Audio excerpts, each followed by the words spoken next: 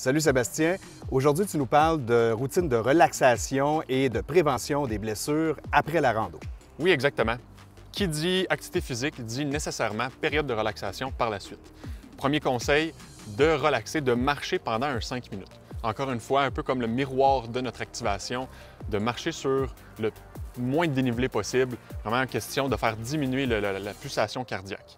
Par la suite, période d'étirement nécessaire. Les muscles ont été les plus recrutés durant notre sport, donc au niveau des mollets, on va aller chercher un bon étirement, garder le talon au sol en s'appuyant contre un mur, contre une roche. Par la suite, au niveau des ischios, on peut venir accoter le talon sur une roche, venir pencher tranquillement le dos en le gardant bien droit vers l'avant pour venir chercher un bon étirement derrière la cuisse. Ensuite, nos quadriceps, d'aller étirer, chercher un bon étirement devant la cuisse en venant chercher notre cheville en amenant le talon vers la fesse. Et finalement, au niveau des fessiers, on vient s'accoter la jambe en rotation externe, donc l'extérieur de notre mollet qui est sur une roche, et on vient tranquillement s'asseoir dans la position jusqu'à temps de sentir un bon étirement au niveau du fessier.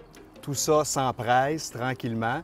Une fois revenu à la maison, il y a des trucs, des choses à faire, à penser.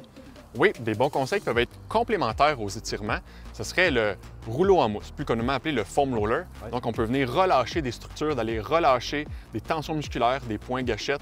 Et comme j'ai dit, c'est très complémentaire à nos étirements finalement. Donc, on peut aller relâcher notre tibial antérieur, un muscle très utilisé lors de la descente. On peut aller relâcher nos mollets, encore une fois, très utilisé en randonnée, autant à la montée qu'à la descente. Oui. Et finalement, notre bandelette iliotibiale.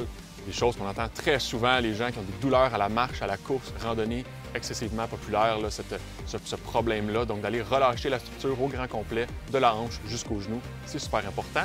Évidemment, une bonne nutrition, bonne hydratation d'après-rando, après activité physique, va être nécessaire avec ça. Évidemment, Sébastien, si on a des douleurs persistantes.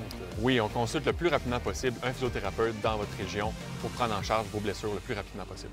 Merci pour ces bons conseils.